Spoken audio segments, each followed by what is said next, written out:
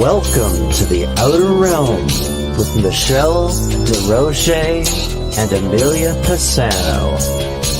Airing live on the United Public Radio Network, 105.3 FM in New Orleans.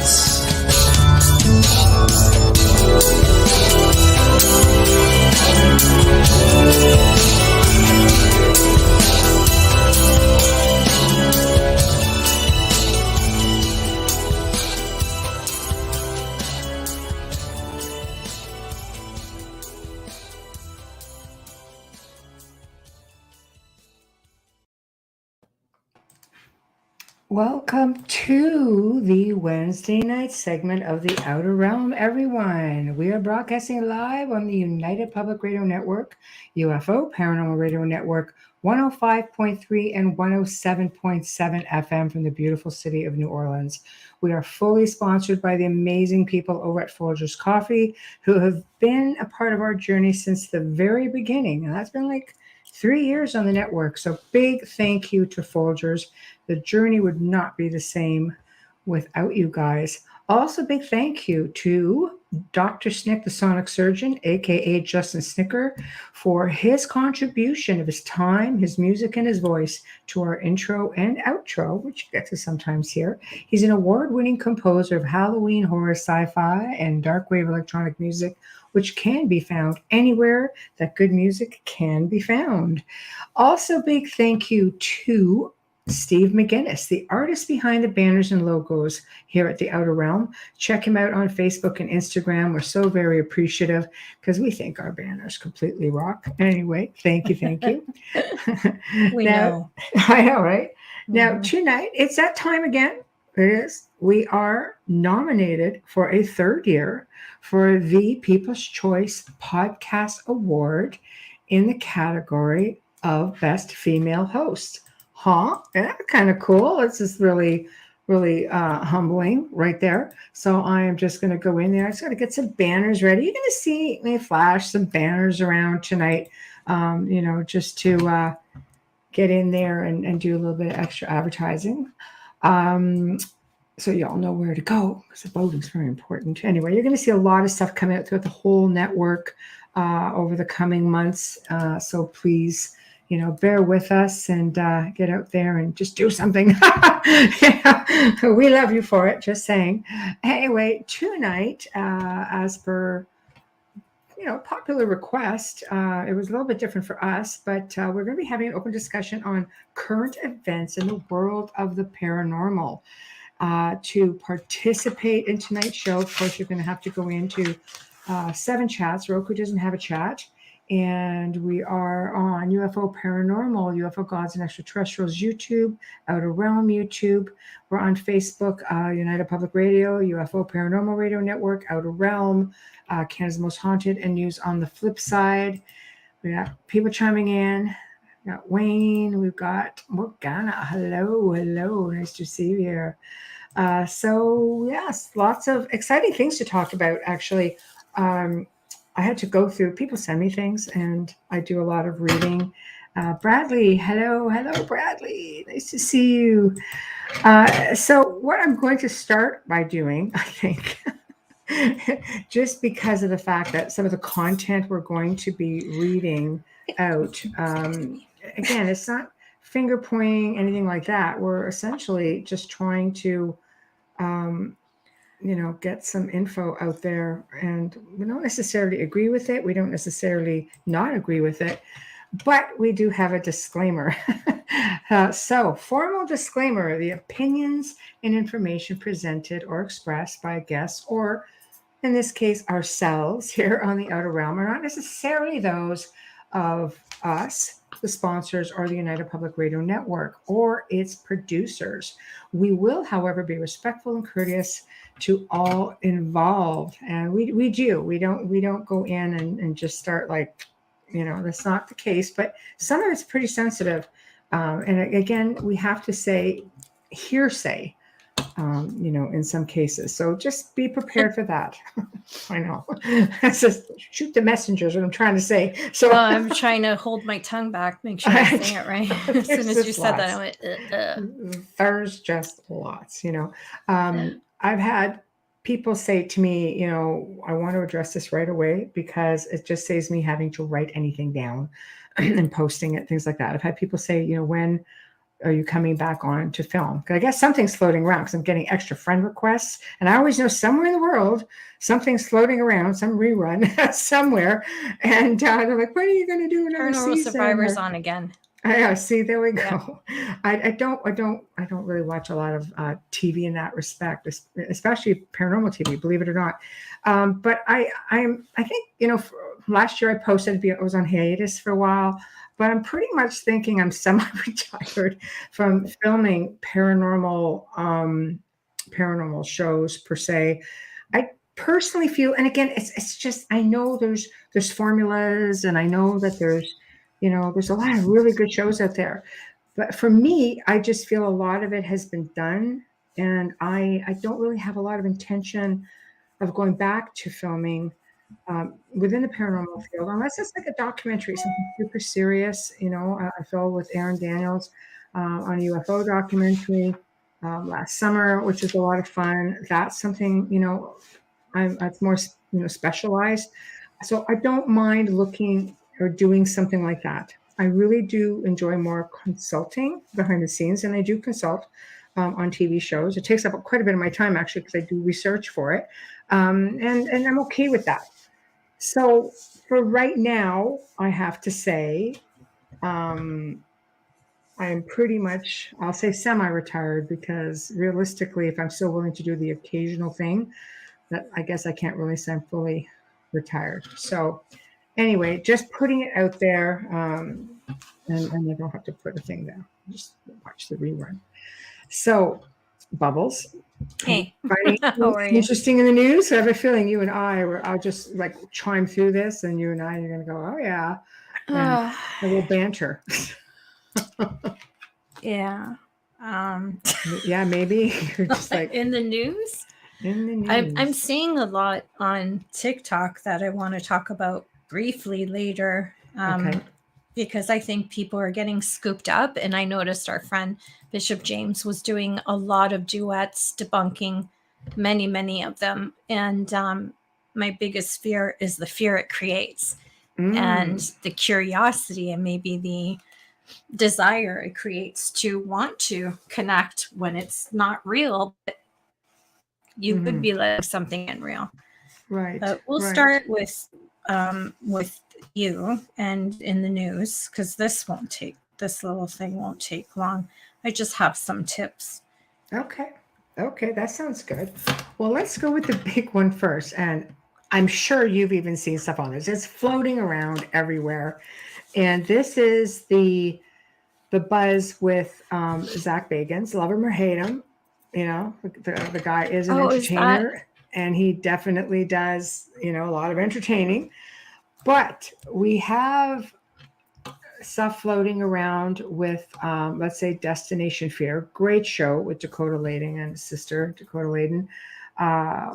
It's really, really become a hit, and apparently it has really great numbers. And all of a sudden, it sort of just got canceled. Now, where I'm going with this, of course, is there's speculation that Mr. Bagans might be behind the cancellation of the show. And Dakota's been, came out, did a public statement. And you have to understand something, too. They're bound by prior conditions and contracts. He can't come out. The same with Nick Groff, couldn't come out and just name anything or anyone. They keep you quiet for a few years. So he basically said, did a certain individual, did that cancel the show? He said no. Did he make a call to the network? He goes, no. He goes, are we friends? He said, no. And he would go on to say something publicly about that later on. So fans got really outraged about this. And apparently, I'm just trying to see if I sent this to myself. 1 second. I'm going to put this up. I didn't know anything about this. Oh, you did it? Oh my God. No, because Oh, I don't follow, I don't I watch any know. paranormal shows. I know things because people tell me that something's on or isn't on. I don't even know the other show you're talking about. That's how Whoa. bad I am when it comes to paranormal shows. I'm being honest. Oh, wow. Um, Okay. I Okay. didn't Well, even see the one I was on. Just saying. Hi, okay. Chris. Chris is my cousin from the States. Big Okay. kisses. Thanks for showing up, honey. And hello to Okay. Jessica, There's Samantha. one Sorry, my family's second in the here. house here. That's okay. One sec. I'm just going to try to forward this picture to myself, because for those who may not know, this will be like some good news here. So one second. Bum, bum. Okay. Wow. I'm going to wait for it to arrive, Yeah, I and didn't I'm going to know. put I this mean, up. I saw Wes's comment and I didn't know what he was talking about. So I was Oh. just like, oh, okay. But he put it on your page. He didn't put it on the Outer Realm. He put it on Oh, Canada's Most Haunted. So I never comment there. right. Oh, see, Zach's just Okay. like me. Yeah. One second. Oh, what? Don't tell me this thing come. Okay, there it is. Okay, 1 minute. Bear with me. I'm going to do this screen Yeah, share no thing because problem. That would be apparently people great. dig this. So I was like, all See, right. they believe that he has that much power that he can have you fired. Well, I'll tell you as I go along. 1 minute here. There we go. So much fan Project Fear. outrage. Yeah, Okay, never heard of that it. Project Fear. Never heard of it. Yeah. No, because that is Destination Fear that got pulled from Travel Channel. And so much fan outrage about this. YouTube, who people don't realize, YouTube actually, they're a production company as well. And they do Yeah. TV series, picked them up, renamed them Project Fear. Oh, that happens a So lot though. I know, right? Yeah. So it goes to show you the people have a voice, and they came forward and said, we are going to, like, we're really annoyed with this. And for some reason, sorry, the other guy got cut out. So I do apologize. Picture just didn't have it. At least the version that I was able to see. So yeah, so they basically went in, and now they're continuing on. Wow. But where this gets weird is Nick Groff decided to come forward and do a statement also, because he believes that this is history repeating itself. Oh, So, he's allowed to speak now. right. So as we kind of go in further down, Nick took to his YouTube, started answering questions from fans and things like that as to why he left Ghost Adventures. He said he was really given no explanation. He claims that Zach refused to work with him, just sort of said, nope, not working with him anymore. And he kind of got pulled around from location to location and ended up just sitting on the sidelines. And finally, his attorney said, why don't you just leave and do something more constructive, do something better? And he did, Yeah. and started Paranormal Lockdown. But it gets more interesting. So he goes ahead and does Paranormal Lockdown, and things going on. They're filming. And I'm not sure if it's because of the pandemic where filming had to stop for a while, like many shows. But he was in constant communication with the producers and the network, and yeah, this was going to go on. But then all of a sudden, crickets. Everybody stopped talking to Nick about his show and filming. And then it was rumored, and I have to say rumored because there's two sides to every story and the truth in the middle. So it was rumored that Zach had been bragging about getting the show canned, to which apparently he did with Destination Fear. So this, I guess, within a circle of some of the same people. So when Nick heard about this, he essentially decided to go public about his own situation because, let's face it, it was history repeating itself, and he didn't think it was right. But at the end of the day, no one really knows what happened. But it is a Well, really hot topic right now. that's sad that I that's a know. hot topic. I If you mean, have that kind of power. well, I don't know. Like, I honestly don't believe that he's that important to Zach to be. I'm just speaking my own I thing. I would know. think Zach has more. He's got other things on his mind and not have to deal with this. You have to remember, Nick did do Ghost of Shepherdstown and was released from that, and a whole new cast was made Oh, and a whole yeah. new town because I know the medium that was on that show. So I don't know what's up about with this. that? right? I mean, what's up Yeah. with that? At the end of the I day, Zach is known. I mean, he love him or hate him, they're always going to have, there's always going to be controversy with respect to his ethics or integrity will always be questioned, you know. yeah. But I have to say, like, is it a matter of, I don't know. Is it a matter of fact that is he going to risk his reputation to do stuff like that? Apparently, he No, doesn't I like don't. competition when it comes to ratings. I don't think so.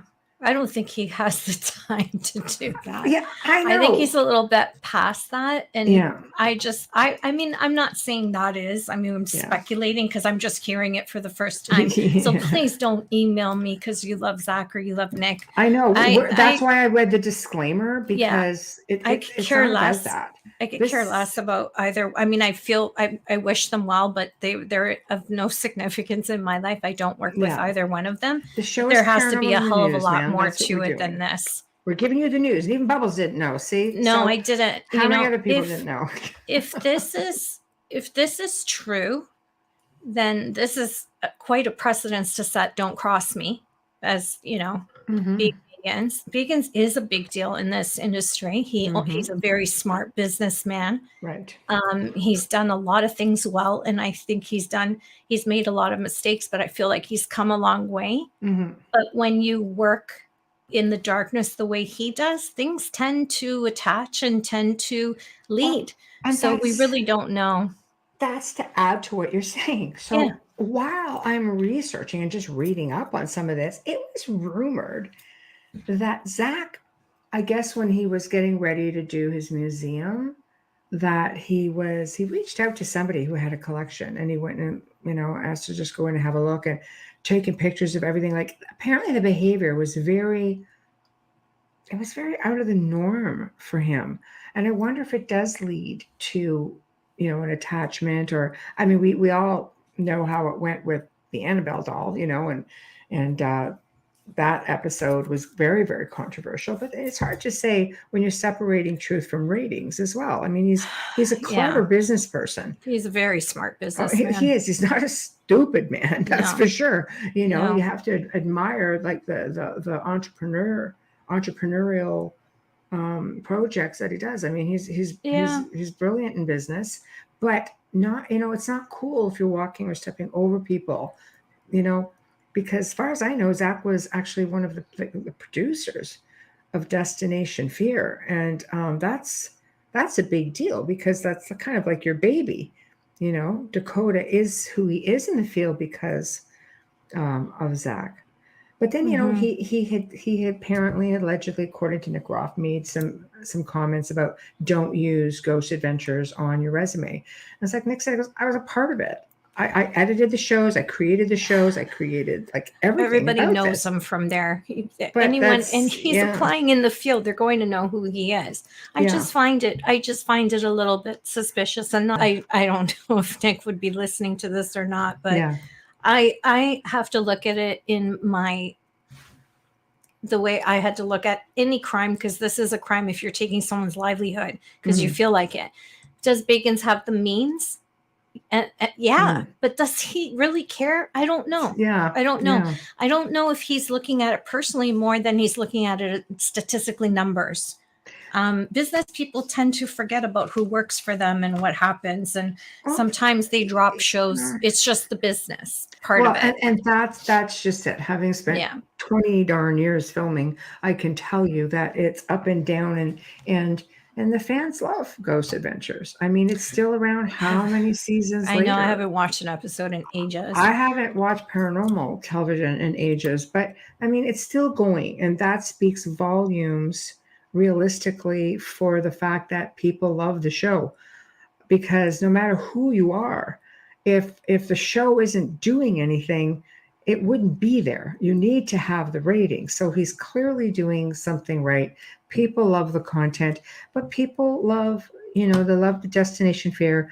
I personally am happy that they found a home with YouTube. I'm happy that they're going to continue on under another name. They're not the first show. They won't be the last to go through this sort of a, of a transition. And at least they do get to go on. And as for Nick Groff, he's got projects on the go as well. So I think people always find their way. They end up down a path that they're meant to go. Yeah. In the meantime, people are flocking to the Paranormal Museum of Las Vegas, and I wouldn't be any different. No, right I would there be too. going through there as well and looking Exactly. to meet him. I wouldn't Yeah. lie about that. Yeah. I have my issue with this is Nick's the one on the other end who's constantly having shows dropped. And Yes. I know Bagans had nothing to do with Ghosts of Shepherdstown Yeah. changing over entire cast Right. and changing the name and changing the actual town. Yeah. See, that's right. Kindred Spirits is gone as well. There's a few shows. Is getting the Kindred axe. Spirits gone? Yeah. See, they brought this, I know because I follow Chip Coffey and I saw it. They brought him on to help that show along because Adam and Amy they're really good together. They're very sincere and very good investigators. They're good at what they do. I hope they get the platform they need because they do create awareness and they're kind and they care. I do like them. I've only seen one episode, but I remember them working with Jason and Grant. And look at that stuff. You want to talk about something that came out in the news years ago. Everybody was blaming Jason Hawes, and then it came out it was Grant. And it's like, guys, there are soap operas on these shows too. They're friendships and they're friendships that go wrong because they started off one way and then Hollywood comes in and says, we'll give you a show, and then fame things and fortune change. does funny things to people. It does. And some people want to stay to, from what I understood, what Jason Hawes was saying was, I wanted to stick to what we were doing. Yeah. I didn't want to change the way we were doing things because they were helping families for a long time before that show came around. Yeah. So that was the first show I ever saw. Right. Yeah. I think, you know what? I think there's a lot of good shows out there. And I mean, look at it this way. Ghost Hunters is back. And they have the greatest people. I mean, Dave Tango, happy birthday, Dave. Your birthday's the day after mine. Steve Gonzalez, he just has a new book out. Like they have really, and those two, watching those two together is a comedy hour. That's all I'm going to say. Yeah. Like when I do watch it, I have to say I watch it for the two. Yeah. Yes. So you see, I do think that when things are meant to be, they definitely, they just are. Call it whatever you want. But like I said, I for one am glad that I'm a fan of Destination Fear. It's one of the very few shows I do watch because I love the whole freshness of it. I love the younger people and seeing what they're doing with it.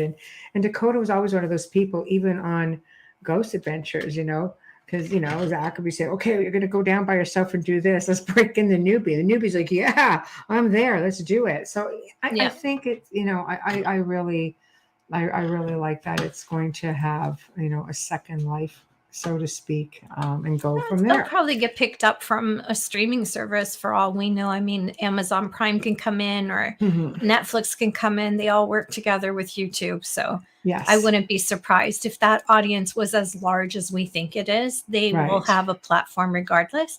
I'm sorry for them that it ended up that way. It happens way too often. Right. But it's a little suspicious when Nick's the butt end of three of them. That's all I'm saying. It's a little I don't believe in suspicious. coincidence. Let's put it that way. No, it's a little suspicious, and I have to look at it that way. So we're supposed to come. Okay, fantastic. I'm glad. Yeah, took my advice and had camera help on Saturday. It's important because you have to be seen experiencing those things. I think one of the greatest downfalls with paranormal television is we never see what they see. No. We're just told to trust, and I can't because I know there's so many. You're taking tons of hours on location, sometimes 2 days, sometimes 3, sometimes 5. And they're crunching it down to an hour. Less, 43 minutes. Exactly. Long hours. I can attest to that. But, I heard that also Ghost Brothers is gone. What? What? Yeah, Ghost Brothers. Ghost No. Brothers, I only Say watched them so. once. Oh, Yeah. they're hilarious. They're awesome. They They're just are. They came into Canada a little later in the scene, though. yeah. So, yeah. Well, yeah. I have American television, but Yeah. I was just like, what is going on? All these shows are getting canned. Hi, is it Portals to Hell? I think got canned. Yeah, but they're doing another show. Those I know. two. There's always things rolling and happening. You notice he doesn't ever walk away from Katrina. Yeah. I don't know. Osborne he always has her there, and Yeah. he has a new She's show. a good researcher. She's a great researcher. She is. So I happen again, to give like credit her. where She's credit is due. yeah, she started on Paranormal State, right? That's right. Yeah. Yeah, exactly. Yeah. Yeah, we are too. So are Preston we. Dennett Yeah. tomorrow. He's Yes. got a good lineup ready for Portal us. to apparently. Hell. See, I love watching the Osbournes Believe. I think that is a That was a show good that show as well. when Yeah. it's on, the repeats are on because they're all new to me. They're always Right. marathoned, and I can't fall asleep because I think Ozzy it's Osbourne, hilarious. Ball lightning, best line ever. Oh my god, that's Everything's Ozzy's. ball lightning with It's Ozzy. like You have to love Joe's him. bleed through. I It's the know. answer to everything. It's so funny. Okay, we'll put one more up and then I'll go to the next topic. Going afterwards, and you two step in interviewing paranormal investigator. Well, I think it'd be an outstanding show. Oh, wouldn't Because it be wouldn't it cool be to cool? do an hour of paranormal show and then afterwards to You step two. in interviewing the paranormal investigators? I think it would be outstanding, but It would, but it would have to be some exceptional footage. Yeah, Because you have to remember, our show's going to archive, and most of our listeners are just that. They're listeners. it's true. Yeah. Once Roku takes up. We're an FM station. Yeah. So a lot of the majority of the listeners are actually audio from all over the world. We have like lots of audio servers that go out. So, it'd be great though. I mean, once Roku picks up, you can do something like that because then you can show the experience and go through it. But that would be a different kind of setup of a show because we really don't have 2 hours. We have our station IDs, beginning, end, and middle. So like other programs on TV with commercials, we're kind of kicked down to even less time. But yeah, it would be great.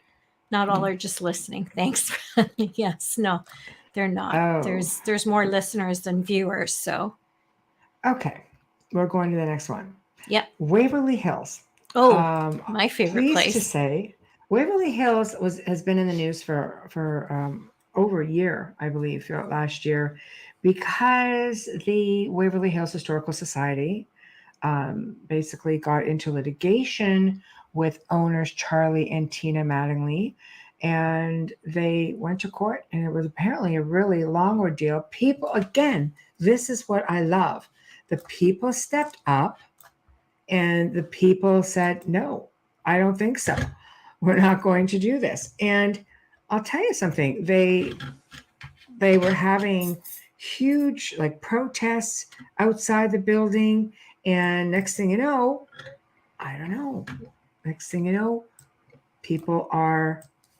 things are resolved.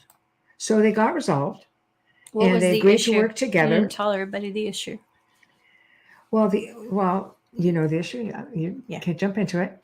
No, I know that the Historical Society, and then there was people who actually wanted to take it down as well. But they have to remember this is a site of death for a lot of people and their family members. And this would be like saying we're going to remove the Titanic from the bottom of the ocean, or we're going to remove the ships in Pearl Harbor. Yeah. Or we're going to remove all the floating ships in the museum, the Naval Museum in Fall Rivers. Like, what are you thinking? You can't. You know how much I love Waverly Hills. It surrounds my office. You can't see it right now, but I have a lot of Christopher St. Booth's pieces, photos that he has taken and signed on my walls. I have some kind of spiritual attachment to that building. And I would imagine that it being such a power spot, it would touch a lot of people to say, hell to the no. This is staying. It was a really strong, people were outraged, but I'm glad I'm really glad that they came together. They came to a resolution. The family will retain a seat on the board. They will work together to preserve it. And I know that now they are finally back up and at it with a lot of events are starting again and investigations, and doors are open basically. And again, this comes from people with a passion for a location they really love, and they fought for it, and they helped the family, and the family did retain ownership of it, but now they will work in conjunction to save it. Because again, coming from somebody like myself, Wayne, the manor house was historically designated, and they don't always do what's best interest for the building. They want you to get help to go to the lowest bidder, and Wayne spent like 12 years undoing the crap that the lowest bidder did. It took forever to do that. And they think they have more power than they do, at least in Canada. And it was just like, no, we're going to go to your governing body. These people all get money. They want to keep as much of it in their pocket as possible. I don't know how it works in the US, but if they could work together. I imagine state to state it's different as well, because some historical societies you see in New York, they are tough. They want to keep the buildings alive, and they fight for funding, and they fight for private donations. Boston is the same thing. If you look at Boston and you look at these homes, the facades are original, but you can do whatever you want to the interior, but you cannot change the facade of a home in the city of Boston. It's against the law. But it's the same thing here. And this is where he fell into it. And the house was recycled bin blue when he bought it. He's like, that wasn't original back in 1872. So just things like that. Well, you can't put the garage up. It has nothing to do with the facade of the house. You see how they tend to push their weight around a little bit. Yeah. And I think a lot of these historical locations fall victim to that. So just always know you guys have rights and that you can fight it. And I'm really glad that the Mattingleys fought it. And, the people fought alongside them, and they made sure that they saved the place. It's good because, yes, exactly. It's a very public place, which means hopefully that, the powers that be will govern themselves in a way as to which is best for the building. So business as usual, places back up, check them out because they look like they, checked out their site. They look like they've got some really great things coming forward. I'm so happy for them. See, I didn't know what the outcome was. I just knew that when it was happening. Yeah. And that is a place that you do not hear very much. I've never heard anything negative. I've always heard communication when those who have passed there. Right. But nothing too negative. And people who have never had experiences there. There's a lot of love attached to that building for a lot of investigators. Yes. So, I'm really happy for them. It's not hard when you go to locations. And again, I speak from experience of investigating for years. When you're a repeat investigator at a location, because there have been a couple that I would go into a lot to investigate, the spirits get to know you, and they get to trust you. And you find as you go along that the evidence... I have to say evidence. What is really evidence? You'll have to get Elliot to chime in on that when he's on next month. But it becomes a little bit more because they become a little bit more communicative and they work with you more. So I can see how a place like Waverly would have so many people going through its doors would have, would build a rapport with the location. So I think it's great. I love it. I think it's just wonderful. This next one's going to be very interesting, and I know we're definitely going to be, we're going to be talking about this one. So I am going to put up a link. I'm going to read this, okay, and then we're going to chime in, okay. Here we go. All right. Headline. When she does that, it's hot. No, this is good. This popped in last week, and when the whole idea of paranormal news came up, I went, oh, This one has to go in. So this is, you know what? Let me put it up so I can read it and you guys can see it. Okay, so I'm not just reading it. Hold on. Let me see if I can do this. Window. All right, here it is. Share it up. Okay. So I'm going to read it. You're going to just see me sort of go up. Okay.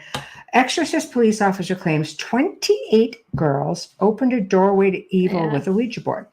An NYPD cop turned Ghostbuster has spoken out of an incident in Pasto, Southern Colombia, where 28 schoolgirls fell ill and had to be hospitalized after using a Ouija board.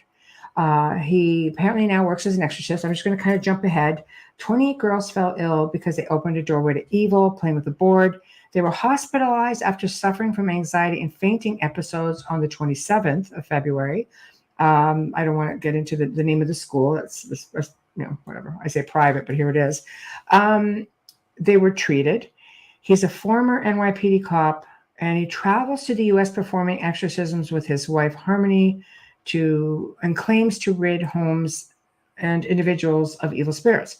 He has now claimed theories that something evil is happening in the area that is targeting children spiritually that is not being addressed. Despite the claims, there's no evidence Ouija boards cause sickness or illness. Self-described religious demonologist, officer, 19 years, DeFlorio, retired, Ghostbuster tools. Okay, so essentially, I mean, Ouija boards have been used since around the 6th century BC, 100%. So here they are, and this is his theory. So, thoughts? Me? Why not? Are we not having a convo? Yes, I'm thinking I'm the worst person to ask this. You know how I feel about anything used for communication. I know Ouija just gets a really bad name, but I do hate them. I'm not gonna say not, because most of the communication stems from there, because it always starts there, especially around Halloween. This becomes a big headache for both of us. It's constant and continuous, and then you would continue that total engagement without the board. You really don't need the board. You could just speak and you're causing the same thing. This thing that they're all sick, I find could possibly be mass hysteria from the fear of using it. I don't know. Well, here's what I did read that I just saw. So my bad here.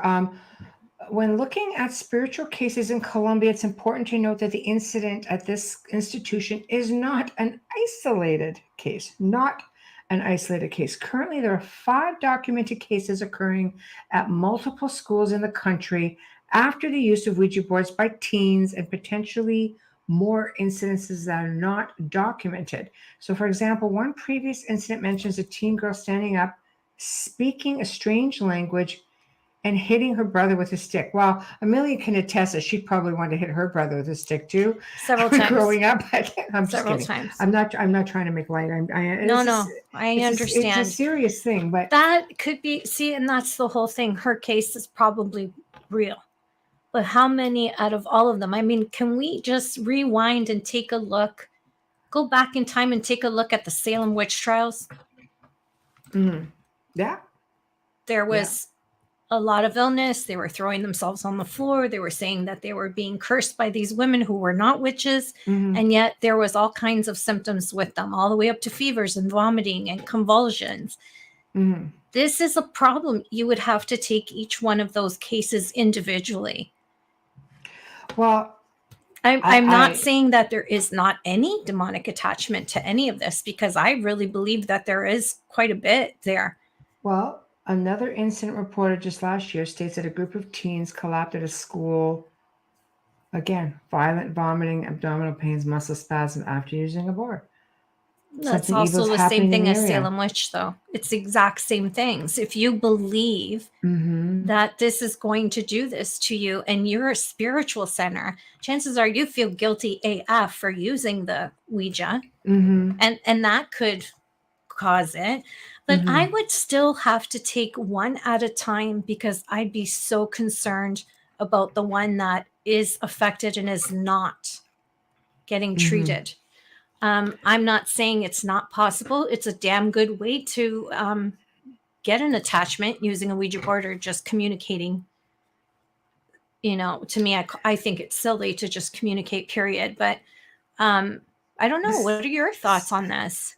I'm a real big believer in mindset, and I believe that if again, if you, similar to what you're saying, if you believe that something will come out of it, then yes, something can come out of it, because a lot of it is up here.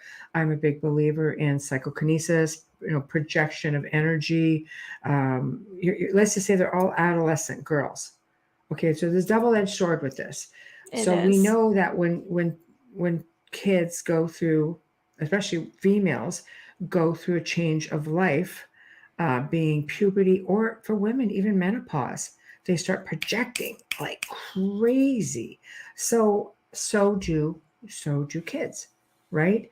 So that being the case, how much of it is projection, and is it a mindset that is kind of like that tulpa thing, just yes, and the projection of creating something. I know with boards, yes, intention, again, suggestion. Okay, exactly. yes, That people don't realize, if you don't clear your mind, and let's say there is something over there, it's always going to know the answer because it's coming out of here. But even if there's not something there, you can project that energy to move things around. I've watched people do it. I've experimented with it and done it.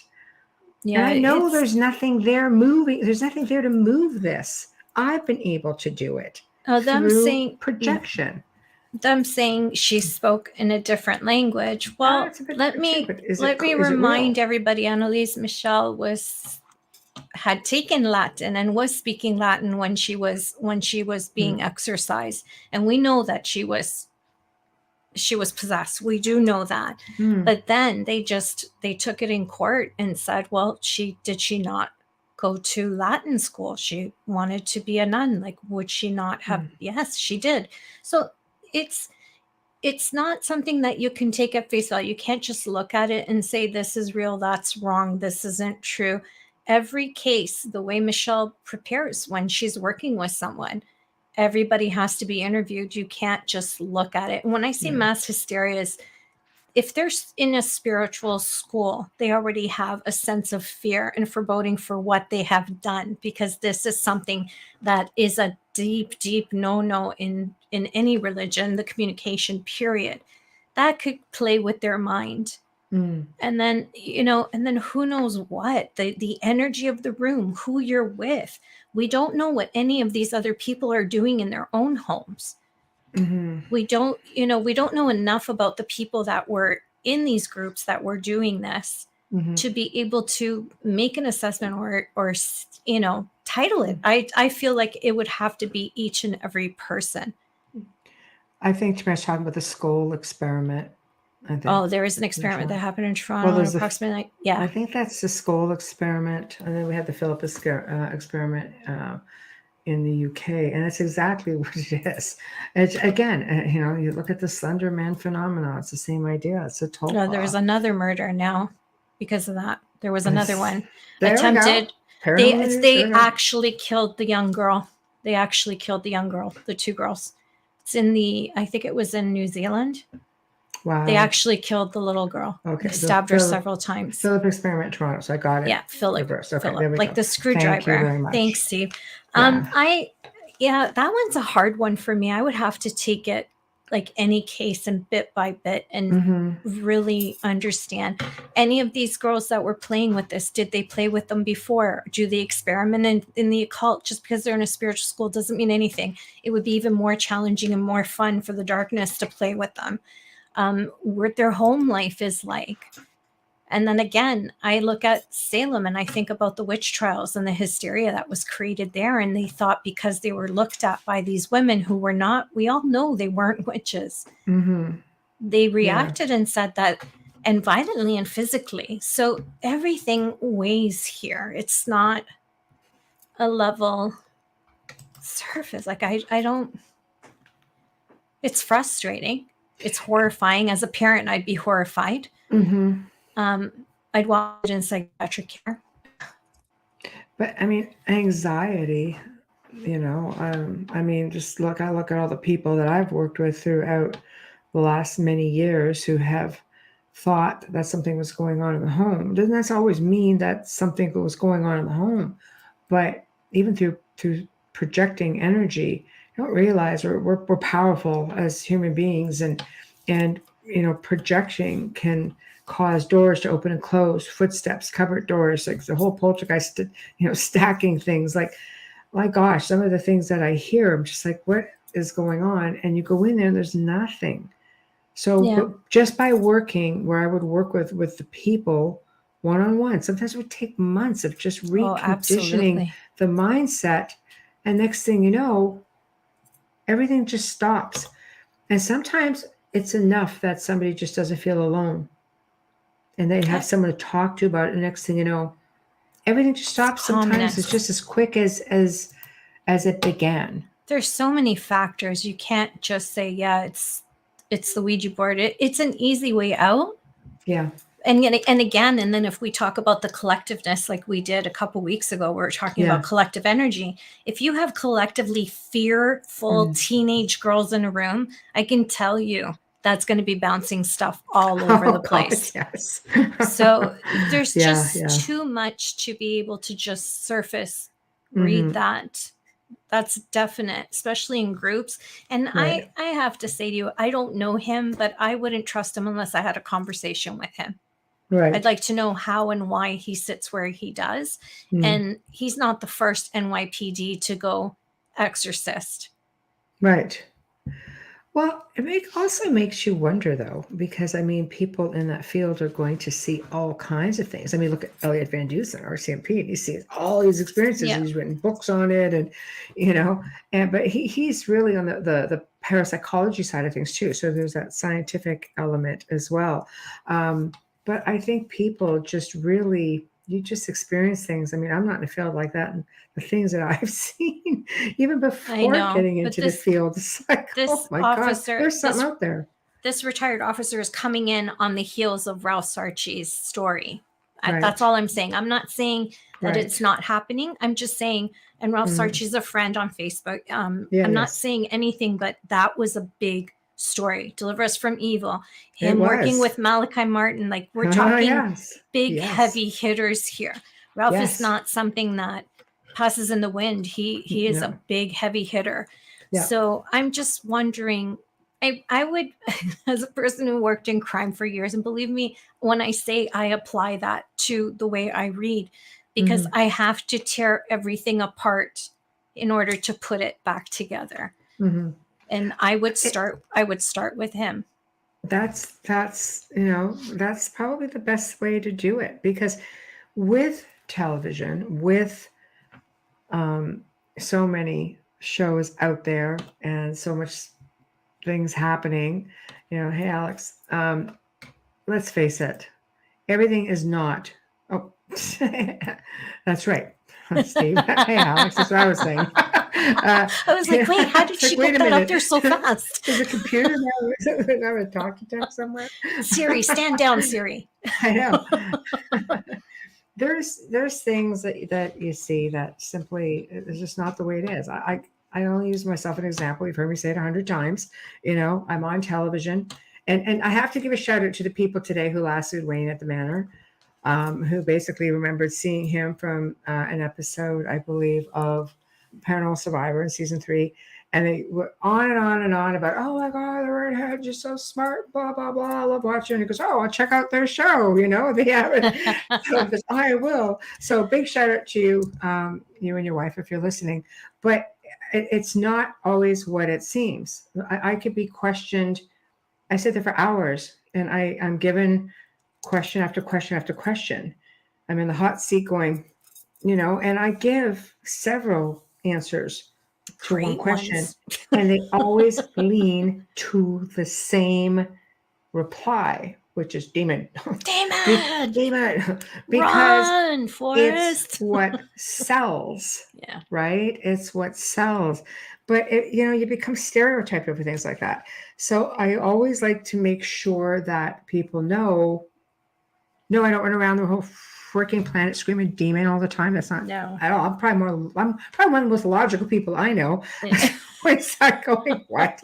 You probably hear me scream psychokinesis just as much as that. You'll hear her say PK more than you'll hear her say anything. You will. But Michelle's always right. So. No, you are. You have the experience. You're right. When you call PK, it's always PK. It never isn't. It always is. I've worked with you for 4 years. I think I know. Yeah. But well, I mean, it's logical for me. It's just it's also, I'm not a religious person.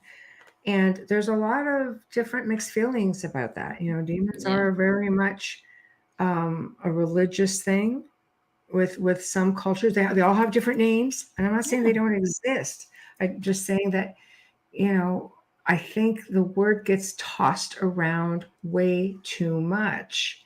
But especially ratings. Yeah, and Buddhists don't even believe in demons. So, you have to. And the Christians, the diehard, the Christians believe that everything is a demon. Yes. Right. Including us. That's right. Psychokinesis. Yep, said that. They believe we're demonic for what we do, even though we're the ones who are helping you. So I'm just letting took you your know. soul. Yeah. No, it could be a lot of things. It could also be, elementals. Earth spirits can be really bloody hell aggressive. There's a lot of interdimensional beings out there, interterrestrial, all kinds of things that we have no clue that we share space with. We have no clue, who they are, what they are, where they necessarily reside, that can cause all kinds of things to happen. It is not always what people go to the first, So I just want to put that out there because I get a lot of questions about it. And again, it's exactly it, right? With what Tamara's saying. So, yes, Tamara says there is always a factor, emotional, environmental, religious beliefs, etc. So you need to look at everything. That's the same with, especially with those girls and that reaction. Exactly. So things are not always as it seems. Sometimes there's something more logical, and I like to go to the logical first. Yeah. But I also have, really strong mediumship abilities that I've always used. It tells me when I go in there what I'm sensing. Do you know 100% what it is? I'm pretty damn sure now. I've got a good clue as to what it is. And, I can't go in there and just start going, demon, No. And sometimes it doesn't look like it. And when you tap in, you're like, oh, you little bugger. There it is. They can hide too. So we're not saying it's never that, because sometimes they can hide, and especially shadows. I mean, in the seam of a wall, they're gone. And it's really hard to catch them. You have to really work on your senses. We probably see more of them, don't we, than anything Lots else. Lots of them. But it's also, for me, I get the goosebumps and I know I'm being watched, and I'm just like slowly, and I catch it from my peripheral, and it's like corner of your eye. Yeah. I don't like it when they're coming at me with their heads cocked. I can tell you that. I don't like that. And the first thing I say to Michelle is, damn, heads cocked. Seriously, because then I'm looking for the color eyes, because then I know it's not a shadow. Yeah, see, there you go. So there's just things out there that television is just that. It's television. This is why I always say, I think if I filmed anything now, it would continue to be documentaries or something just very more of a serious production, because there is a lot out of there. It's very, everything's got a formula, and you'll find shows will follow along with their formulas if you really watch. I just feel as though you can only do and watch so much of it. It's one of the reasons that I really slow down. There's some paranormal shows that I do like to watch, like I said, I loved Destination Fear. There's some that I watch for different reasons, but on an average, it's just, like Chris said, it, TV is entertainment. Absolutely. And it's not to belittle the stories of the folks that are going through these traumatic experiences. Not at all. We want to make sure they that are they're out there. always honored Yeah. and treated respectfully, because when you're telling your story, and it takes a lot of courage to tell your story, you've got people that you work with watching you, your family, your friends, you can lose relationships over telling your true. story. And what you have to remember is that someone watching possibly going through the same thing and knows they're not crazy. So that price that That's the big you pay one. sometimes, it comes back in such a beautiful way. When I hear people say, I saw this show and this happened to that family, and Amelia, this happened to me. Can you and Michelle help me? I'm like, yeah, like, of course, you know. Yeah. But I'm happy for the families that do take that jump, because that is courageous. That's a big thing. A lot of the people that I've worked with over the many years, especially over the last, probably within the last few years of filming, especially, a lot of those stories came from, like my files from years and years ago, and current right up until when you came on board and worked with us. And then I think that's the one I did was your files too. I think I filmed season 5 of Survivor, but this is something that the people would ask me, or would say, look, if something comes up, we like to tell our story, because they felt it was their way of giving something back. Because I've never charged money. We don't charge money, but people feel they want to somehow pay it forward. I always say, oh, well, go do a good deed for someone, but again, they're like, we want to tell our story. It's our way of giving back, and hopefully someone else who sees our story may see themselves in the same situation, because we've been able to bring it forward. You would be surprised how many times I've been told that. Oh, Zach, right? Thanks, Zach, man.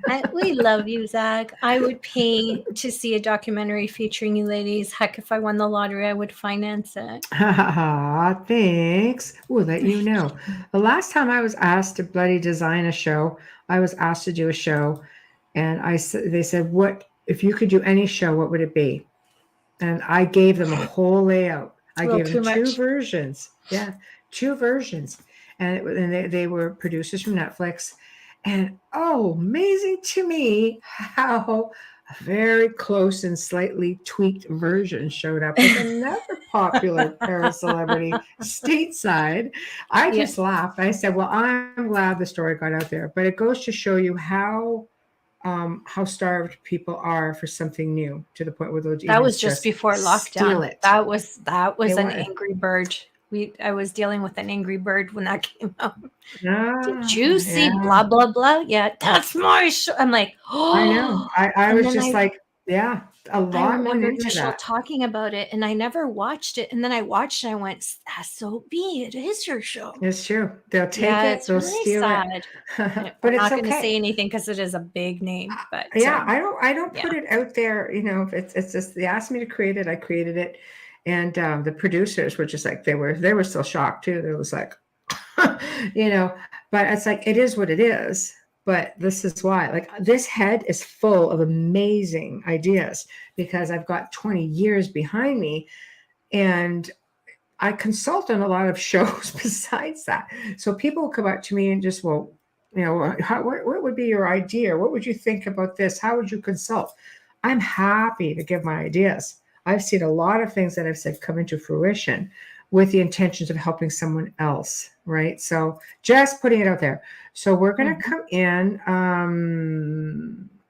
Hold on. Okay, we're just going to go out a couple questions, then we'll get into the next part of the show. We'll do an early station ID, and then we'll move on to some more advertising and more stories. Are we answering this one and then? Yes. Yeah, we're going to come down and answer a couple. Yeah. Okay, no problem. Wayne says, so do you think the shadow people are time travelers, the watchers, or interdimensional beings? All of the above. There's a big theory that they are time travelers, watchers most certainly, interdimensional most certainly. And Chris has their own answer to that as well. I think they're on the earth plane with us, but they vibrate on different levels. Yeah, well, we sit in, when I think of dimensions, I mean, we have like layers, just all within layers. I believe they're dimensional. I believe some of them are here. Absolutely. I say all of the above only because of the fact that they're not all bound here. There's a lot that come from everywhere. There really are. Any of the research that I've done has always led to a whole mix of things. I have learned to just take a step back, and what will be will be. Like layers of an onion, like Shrek. Yeah, that's right. Layers of an onion. Yeah, exactly.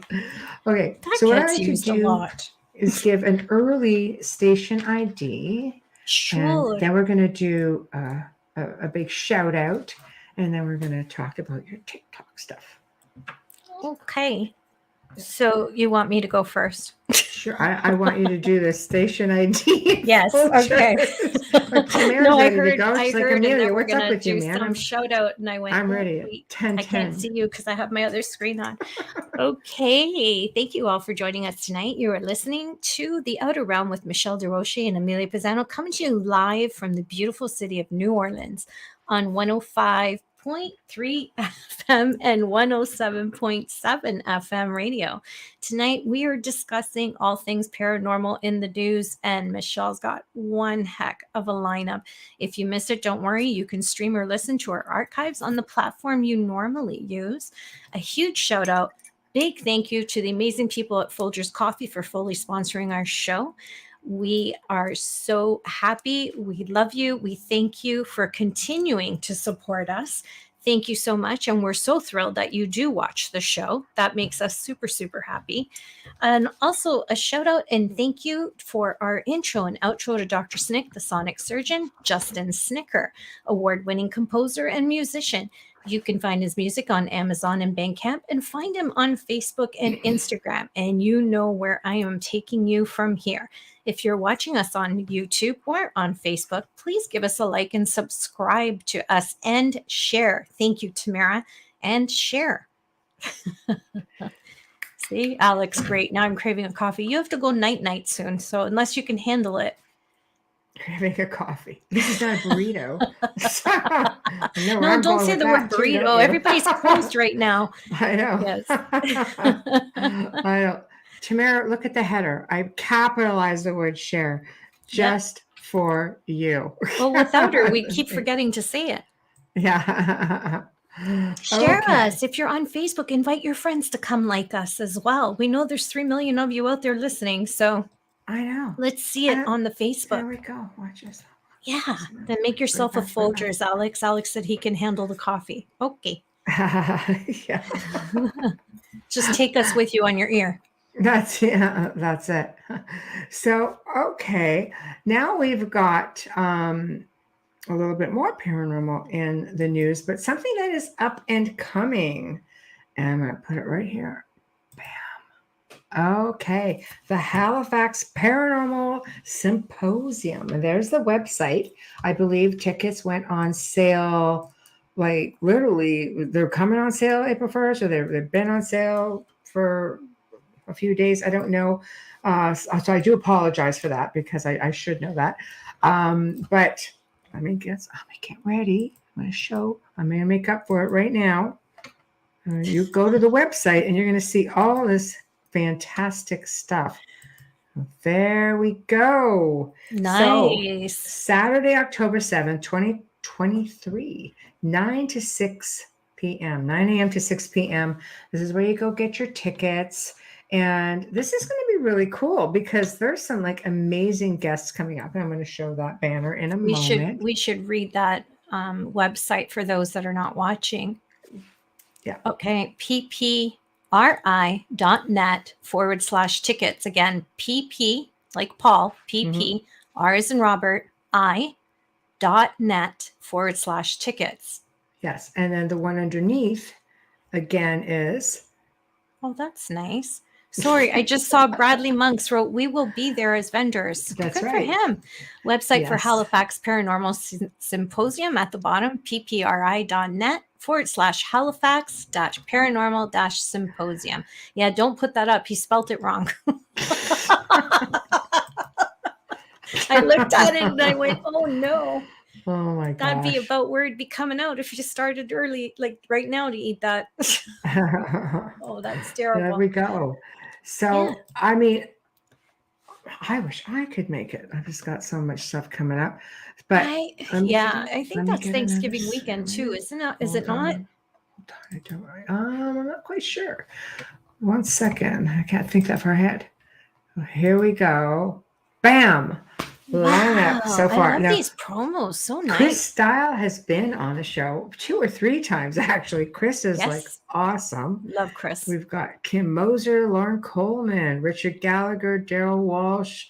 So there we go, right off the bat. That's a really great lineup for a day of headliners, to say the least. So definitely go, and if you can, check them out. If it's something that you guys can do. I know Bradley has invited, and I Halifax is wish a- I could. I might just be able to, but I can't say. Halifax is one of the most beautiful parts of our country. Yes, absolutely. I absolutely believe the same. And it darn thing. wasn't far from there where the Titanic sank. That's It right. was the great people of Halifax who took the bodies in, they buried the unknown, and they also helped those survivors. They were the ones who cared for them. Yes. So remember that when you're thinking, where's Halifax, and you're not from Canada, just think of the Titanic. Think of the Titanic. They played a huge historical. They did. They did. They were so helpful. They're There we great go. people, and even after 9/11, they took planes in and they went home, cooked meals for these people. They're just incredible. We're so proud to say they are Canadian. That we should all aspire to be just like them. Great people. There we go. So PPRI, Paranormal Phenomena Research and Investigation, if you're wondering what the PPRI is from. It is. And yes. Nova Scotia, yes. Absolutely. Now, Elliot Van Dusen, who's been on the show 3 times, I believe, as well, 2 or 3 times. Hard to believe we've been at this now for going on 4 years. So this is pretty cool. Hard to remember how many. We have some people we call frequent flyer guests. Elliot's one of them. And he's coming on April 26th to talk in greater detail about the symposium and what you guys can expect. So we'll flash this up again in a little while, and we'll make sure that we get the banners across. So you can find them. They have a Facebook page, also an event page that you can go to, and you can ask questions. They're very interactive. Elliot stays right on top of everything. So if you guys have questions in the meantime, just go check them out. We'll bring this back in a little while. So here we go. Bradley, of course. I'm going to eat at the Five Fishermen's restaurant, which was the morgue for the Titanic victims. And said to be very Bring your haunted. recorder. Yeah, said to be very haunted. Very as well. haunted. Yeah. That's right. Here we go, Tamara. Tamara says the buildings in Halifax There where we they house go. the Titanic bodies are not haunted. All of them, yeah. So are the grounds where they were buried, because there are still so many that are unnamed. Right. That's true. I think the last one they found a name for was actually last year. It was after everything opened up. And I believe it was through a genealogical thing that they found. Right. This family member had been there. That's interesting. Yeah. Okay, TikTok time. Oh, Amelia's our TikTok queen on the Outer Realm. Well, I don't know for how long, because most of you creators are getting the boot, I was told. I want to just give some tips, because I know that a lot of us, I watch TikTok for the grandmas and watch them how to make pasta. Some people watch TikTok for the paranormal. And of course, I follow Bishop James, so that's how I know about the paranormal TikToks. And he's been on the show a couple of times as well. Yes. And he does his show on there too, as well, on Fridays. He has Paranormal Fridays. I've been seeing a lot of crying babies and demonic voices in clips, a lot of objects in mirrors, and videos overnight to show what has moved and what hasn't moved. Those should be screaming setup. and fake when you're watching this. When it says to you, watch it till the end, it's because they don't actually get you as a view unless you've watched to the end of the clip. Don't fall for that, because if somebody has something to show you, they will show you within the first 10 seconds. They're not going to wait to the last minute.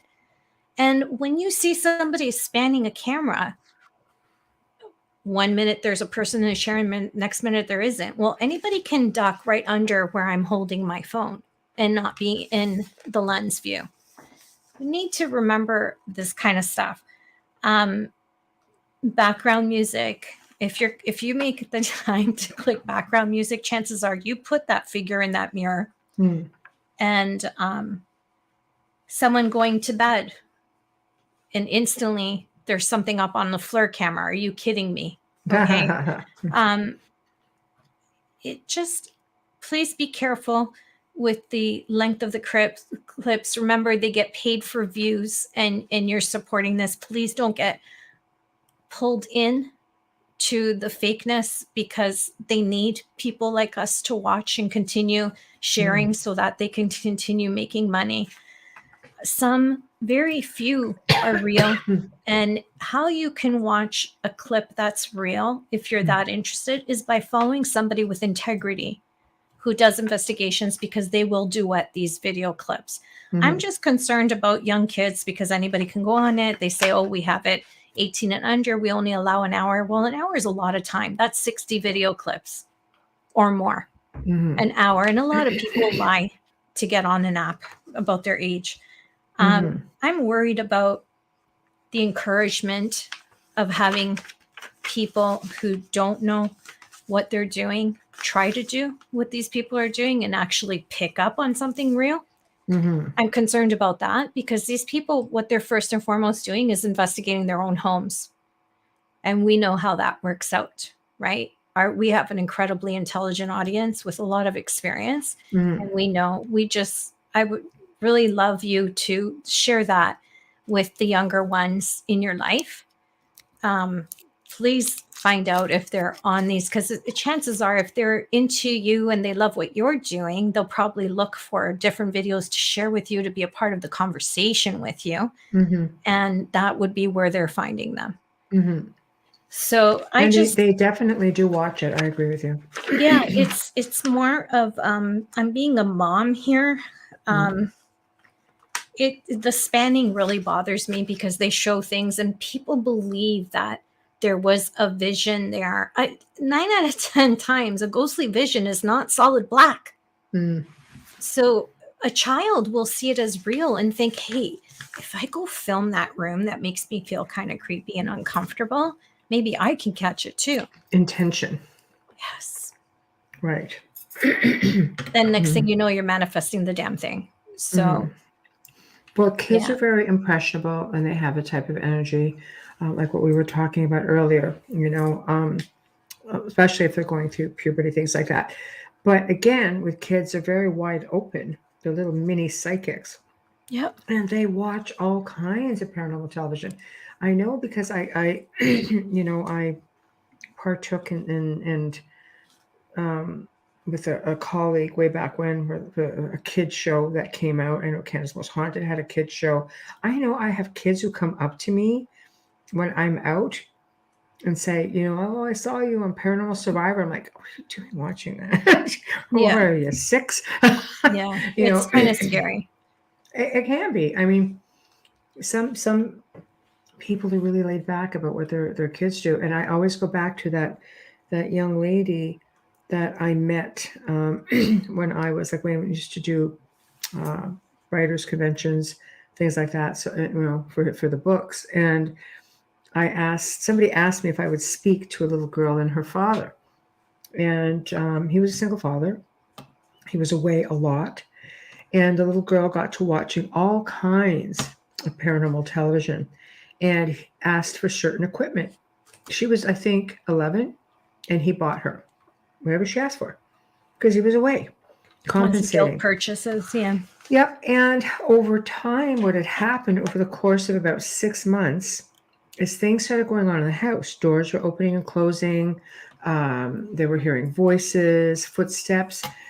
And he shrugged it off as, oh, she's just goofing around. And she didn't seem concerned about it. But, the person who asked me to talk to them because out of concern, they came over, I guess, to sort of indulge the other individual, but they didn't seem at all worried. And I often wonder just how bad it got because this little girl was left to her own devices. That's sad. Mm-hmm. That's very sad. I worry about TikTok as well because wherever you get views for money, TikTok, YouTube, Instagram, I'm not sure how it works. I think it has to be that so many followers. You know that people are going to be putting out whatever they can to get paid, to get the views, to get the likes, to get the follows. And it could be dangerous for a lot of people, not just children, but if you're in a bad place or you've lost a loved one or you're suffering from depression or, any type of mental disorder, it could play with you in a serious way. And it's just not fair. I just want everybody to be aware of it. If you're watching it with a laugh in mind, personally, I can't watch them because I can't watch anything that's fake. It drives me crazy. It's just me. It's like I'm not a person who reads fiction either. I'm just that person. But if you're watching it for entertainment, you think it's funny and you like to sit there and figure out how to debunk it. I mean, there are clear signs. When there's a bike going, you can actually see the fishing wire. You'd be surprised when you put it on a regular computer screen or on your television, how quickly you see it that you don't see on your phone. So just be careful. Watch it with the right frame of mind that this is fake. It's not real. Maybe 1 out of 100 of those videos are real. And because there's a lot of teams that will put out they put out some really good footage and they still don't have evidence the way these other people are putting out all kinds of evidence and getting their children involved, which is really sad. So think about when you're faking this, okay, and you're putting it on film and you're faking this, are you in actual fact inviting something in? Well, again, you're looking at intention. I mean, there's some people who don't believe that you can watch certain television shows and bring something in. I remember watching something, they were doing exorcisms on television. They were speaking in Latin. And it was just a TV show. And they were going a full exorcist, the girls bouncing all over the table, and they're going on. And something came in the house. And I'm just like, and I know what I'm doing, but it's not what you expect. So I'm doing like energy reversals. Back in the TV, bastard. Just like really put out by the, but again, it's crazy. It can happen. This is why a lot of researchers, when you're listening to certain types of EVPs, and for those who don't know, it's electronic voice phenomenon. It's picking up disembodied sounds or disembodied voices. Doesn't always mean they're spirits. Doesn't always mean anything like that. It just means, I get tons of phantom sounds. I really get right into that. I love phantom noises. But again, most researchers will just say, you know what? There can be a bleed through. So you listen to it with headphones. Because especially if you're just not sure, you just take the extra precaution to be safe. The same thing applies. So, I think everything has to be taken with somewhat of a degree of precaution, because whether something comes in or whether you're projecting it, let me tell you something. You watch, there's so many films out there, and I know adults who get scared watching them. And you're watching something, go to bed at night, your wheels start turning, and it's not hard. It's not hard to start projecting energy. And the next thing you know, you've got yourself a little problem. It's you. But the fact is, you're still doing it. It is. You got to be really careful. That's all. I sound like a mother. I sound like a mother hen, but I watched this. I spent some time on it this morning, and I'm like, you've got to be kidding me. I'm watching some of these things, and we just have to know the difference between real and fake, and don't get caught up in the video that you have to watch it to the end. That should be a dead giveaway as soon as you watch it, because anybody who's dying to share some actual evidence is not going to make you wait 58 seconds out of 60 to watch it. That's all I'm telling you. They're going to want to share it, and it'll go viral. They won't need a full minute to hang you there so that they can get the viewership on TikTok. Right. Okay, so that's it. That's my beef. The spanning thing drives me crazy. When they catch something and someone gets scared and they're like, "Oh my God, like there's this person in that room. Did you catch it? Really?" Because it looked like one of the dudes that we're investigating with him just sitting on the chair. And then go back and it's gone. Well, no kidding. Can you pan over to that right corner? I'd like to see your right corner, please. No. Right. So it's sort of, it gets into also the fact that we're coming into spring and we're getting into more paranormal events. We talked about Waverly Hills. I'm just thrilled to give them a plug. I'm really happy for them that everything is resolved. So again, big congratulations to them for that win. But there are ghost tours all over the world. Some of them go year round. Some of them are obviously, they become more popular in the spring, summer, and fall. And again, you're getting into that point where how many people go in unprepared. You do have researchers who get into it. You have enthusiasts who figure, oh, you know what? It's good to be around like-minded people who are experienced, or people who, think the same way you do. But there are people who just, they don't even give you any inkling as to what you're supposed to do when you're there.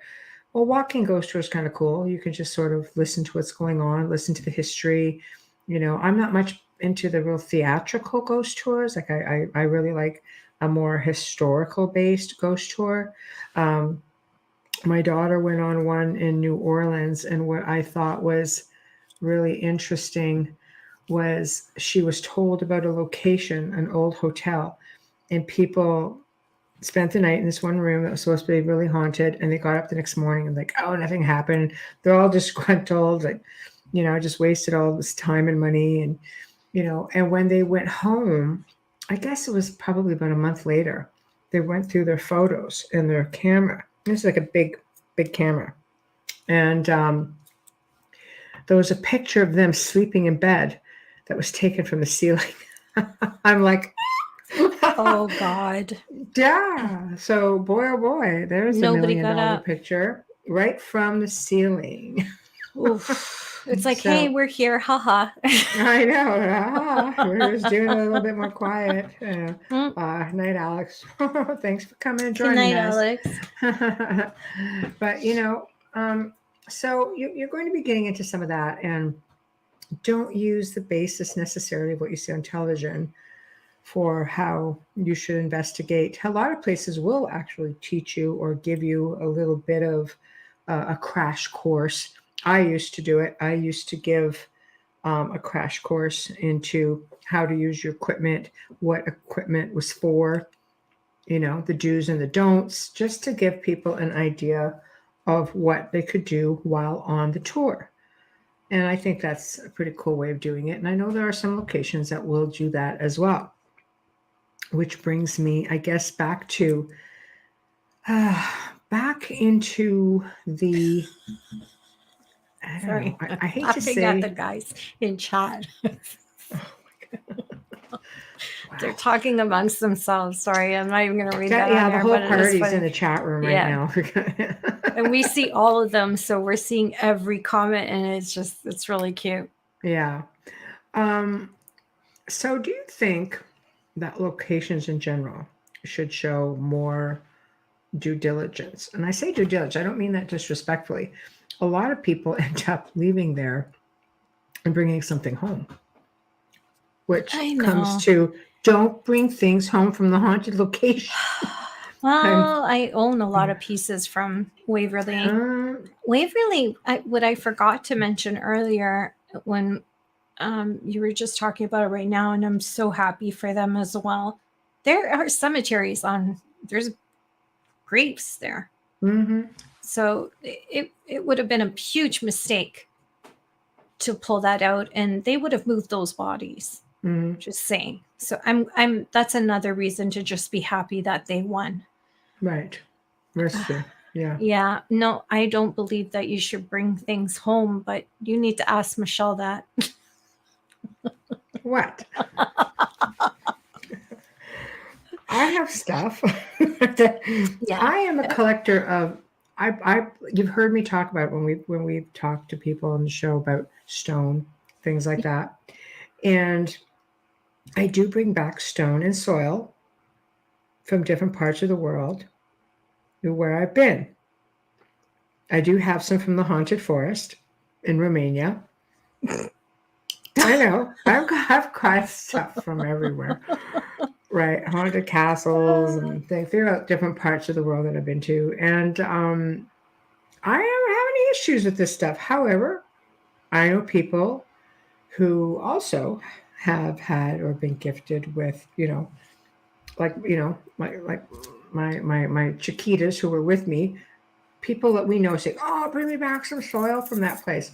Okay, fine. Put them in little vials, give it to them. That's why I don't tell anybody where I'm going. Exactly. But, we've given it away, and some people have no problems. Other people's had detrimental issues. So, again, it makes you wonder, what's the difference? It comes from the same place. Why does it affect some people, and why doesn't it affect other people? Yeah, be careful. I don't know. That's a really good question. You have to be really careful. I know. I know my mom always said to me, whatever, because I have a tendency to reach for beach sand when I'm somewhere, and I stopped because it was ridiculous how many bottles, because everybody went anywhere. And then I know my brother started a collection of something as silly as shot glasses, but you get to the point where the collection becomes enormous and you can't, Anyways, my mother used to say to me, because I remember when we went to the church where her and my dad were married and grew up, that church is old. It's old. I wanted to take rocks from the outside, and my mother's like, "No." And she stopped me, made me put it back. She goes, "You never take anything from a sacred place." And that stayed with me. And I have friends that I know that took stones from a church that their family's from in Italy, and we're told that if they just put it between red rock from Arizona, that this would be safe. And if you're listening, my darling, I'm sorry, I've always disagreed with that, even back then when she told you that it was okay to do that. I have a thing about moving sacred space.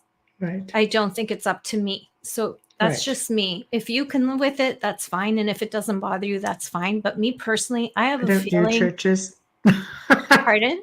I don't do churches in any way, shape, or form. So no, but a lot of people will take like boulders, the rocks, because these churches are so ancient. They were built with large stones, like small boulders. And my gosh, that's, to me, even without saying Catholic, sacrilegious. Like my mother's like, you never touch anything from a sacred space because this is consecrated ground. This is it's different in Europe, right? Okay, than here. Let me pose this question to you then. Sacred space, because of the church, consecrated ground. What about places like indigenous land? Never touch it. But most of this land was indigenous, at one time, and everything was sacred to them. They held the earth sacred, the forest, the trees, the water. Isn't it all sacred? People are digging it up and building. I give back to my area, like my piece of land. This my tiny piece of land I live on. I give back to it, and I've asked indigenous people how to do that. I've had a spiritual chief that I've communicated with here. And I even have, I've told you, I have a sign that's painted that says, "Thank you for giving me this space while I'm here." Right. I believe that stuff like that, you just don't touch. It's just me. There's got to be something. And my niece, of course, she's probably going to have nightmares now. Jessica, have nightmares. Yeah. You just don't touch them. Just Right. like I would never take something from a haunted location. Right. Right. But although I do have it, because I bought Yeah, it, I'm not bothered by haunted things. I Yeah. bought it. No, I Yeah. think sometimes if you're not careful, we Mhm. can clear energies from objects. Yeah. I mean, I had a client that all I did was go antique shopping with her, literally just to touch and feel different pieces of furniture. And I Mhm. got paid just to hang out with her that way. I'm saying we can clear, but if you can't, Mhm. maybe you should think about getting something cleared before you bring it into your home or Mhm. touching it, and Mhm. be aware of what you're touching. Are you taking something that maybe had blood on it before? Mhm. That's a big one, It's not even you just know? that. Sometimes if you're taking, like, let's look at a piece of jewelry for an example, because the minerals and such can retain the energy. So let's say you have somebody who is like really sick, and I know because I've worked with people. I'm only relaying stories from people that I have helped throughout the years. Okay, Yeah. where sometimes it comes from an object. And Mm-hmm. one was an elderly woman. She was really sick. I think it was cancer actually, and her ring, I guess, got sold at an antique market through an estate sale. And the woman who owned it started getting really sick. Like she didn't have cancer, but she was exhibiting a lot of the symptoms, like the throwing up and the headaches and the pain and um nobody even thought to say, hey, this is a situation. So I was contacted and said, on the buy and buy, is this a thing? And I said, absolutely. It's just a transfer of energy from this into the item. And if you're Yeah. wearing it, you're made up of energy. So it just sort of, and removed, the item. She didn't want to keep it. So I said, well, we can clear that or just go back, donate it, just do something with it. She chose to just bury it. She just wrapped it in cloth and she just wanted to She found it. Yeah. she wanted to Yeah. just she didn't want to take a chance on anyone else ever having Well, that problem. the Warrens created an entire museum. So did John Zaffis, based on products that on Zach items Bagans. that people couldn't handle. Full circle back to Zach Bagans. Same idea. Zach's been buying them out, and he buys Yeah. really, really big pieces with stories Yeah. on them. But I mean, John Sure. Zaffis was helping people and containing them the way Mhm. his uncle did. So that's, again, it goes back to knowing what you're dealing with.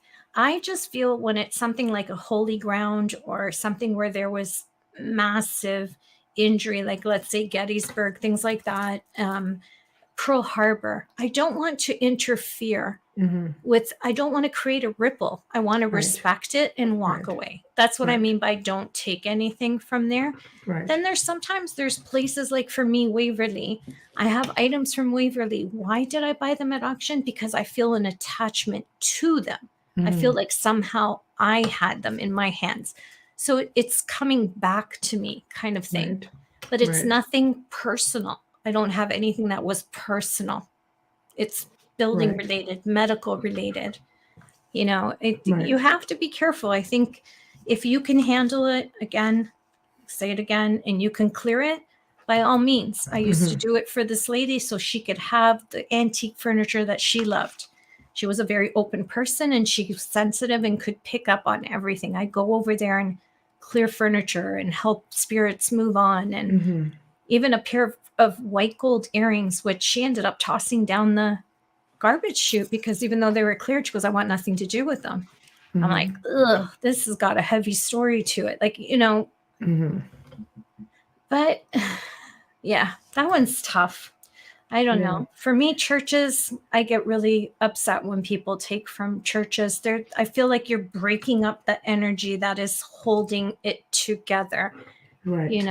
Right. Can you imagine somebody going to the manor and taking like a piece of brick or carving off something? Oh, I'm sure it's been done. I'm sure it's Yeah. been done. So that's stupid on their part. But Yeah, well, some locations are just not meant to do that with, I think you have to factor in that you take a chance whenever you do things like that. Some people have no issues with it. Other people, they don't do really well. I mean, look at years ago when you and I worked with a woman who brought something back. It may have been Waverly. or it may have been one of the other ones. Could have I been one of don't the even other ones. remember who we worked on last week, but yeah. We had a woman who had and I don't want to give too much information because we don't do that, but she had a heart condition, and she came back with an item from a location. She had it for 10 years. I think it was Waverly. Yeah, she sent it back. I think it was. She sent it back, and we assisted her, and then the heart issue was gone. So it goes to show you that anything can happen. Anything can happen. But it's a matter of just being cautious. You really have to be cautious. So when you're out there and you're getting into ghost tour season, or you're going into haunted locations, whether you're an investigator or an enthusiast, just, do so, put your mind right. Go through grounding techniques, or go through whatever it is that makes you feel safe or protected. Just know that, if your mindset isn't correct, or if it's not right, you could find yourself in a bit of a jam. Let me give you also one more reason not to take something. When you go as an investigator and you see dolls and toys on the ground of a building that you're investigating, do not take those items home with you. No. Okay? They're left there for a reason. Yeah. And I can guarantee you something will come home with you if you take that. Right. You'll see people post, took this out of this building or that building, and it's a doll that somebody left there for a child spirit who's not crossing. And it's like, what are you doing? Why are you there? Right. That would be like taking a doll from a child who's right in front of you. It's no different. That's right. Don't do that. You can unleash something really, really pissed off with that. Yeah, people are not really like that at all. So we're just going to get into just a couple of things here. 1 minute. I'm going to go in. As you see, we've got I'll share the screen, only because people ask me all the time, literally all the time. Here it is, guys. Yes. Okay, there it is. Roku, UFO Paranormal United Public Radio. This is our Roku network channel. Okay, so it does exist. It is there, and people can watch it from, again, the comfort of your own room, your own living room, whatever the case may be. There it is. So feel free, check it out, and that's just one more way that the network is growing. And we're going to come back over here. I want to make sure we just get everybody looked at again. Bam, share. There it is. So paranormal phenomena research investigation, heads up, tickets, I believe, are on sale. So you can go and check them out. So that's the Paranormal Symposium at the Halifax Tower Hotel and Conference Center, Saturday, October the 7th, 2023, from 9 a.m. until 6 p.m. And, okay, doing it again, you get for your money, you're going to get right here. Here it comes. This right here. This lineup excites the heck out of me. What a great really banner. Does. It's just like, wow. They did a great job advertising. It looks beautiful. Yep. Perfect. So good on you, Elliot. Perfect. So check them out. Check them out on Facebook. Check them out here on their website. You can go read up on it. They're very interactive. They will answer all your questions. I believe they're taking vendors, so that's going to open up. The vendor tables are going to start opening up soon if they already haven't. So if it's something you're interested in doing it, this is pretty exclusive. So, go and again, check them out. So that is that. Stop screen. We're back up. And lastly, bam. All right, we're going to present the last one. That time of year gives me anxiety. It is this time of the year. And 1 minute. Here we go. Bam. Podcast Awards, People's Choice. Go in and vote. Right now, I believe it's open. I think you'll only have a certain amount of time to do so. But I mean, you've got a little bit of time, but you're going to be seeing a lot of things coming up on the network. You're going to be seeing small ads playing across. It will give you an idea of the other shows that are going to be up here as well. I believe there's the Writers of the Future is up again with John and Emily Goodwin. There's Joe Montaldo. I just don't know which one of Joe's shows it is. I think it might be News on the Flip Side, but Joe's got a few shows. So this is a lot of stuff that's going to start surfacing as we move forward. But yours truly ×2, we're up there, right? Best female podcast. So do it. I did post the links right here. He did, yeah. Just go to podcastawards.com. Podcastawards.com. Right Yeah. I know. Post the link. Just podcastawards.com. Yeah. We're going to start posting that a lot more. We're going to have things on social media as well. So you guys can definitely check it out. And okay, right here, Joe, if you're watching, Tamara got her books. Finally. It's been an ordeal bringing anything up from the States, I think. My gosh. I'm not even sure if Mr. White got my chocolate yet. It's impossible. I'm like so tired of it. I don't want to send anymore. I said to him, I hope when you get back from where he is, I don't want to give his location away, where he is right now, when he gets home, that it's there sitting for him. Because this time I did not send it by courier, but by regular mail. Yeah. But the UK is a mess when they receive something. It's true. So good Lord. He is home because he's got a Rennes Le Chateau thing from when he was on the show. If you recall, he had something for the Saunier thing, something along those lines. So I don't know. But with that being said, guys, we are at the end of the show. I really hope you guys enjoyed tonight's show. I enjoyed it. It's definitely something that was really different. I always get funny about talking about other shows or people. I don't like to do that, but it's interesting because a lot of people don't know what's going on. And I think it's important because, again, it's one of my show that I really enjoy watching was Destination Fear.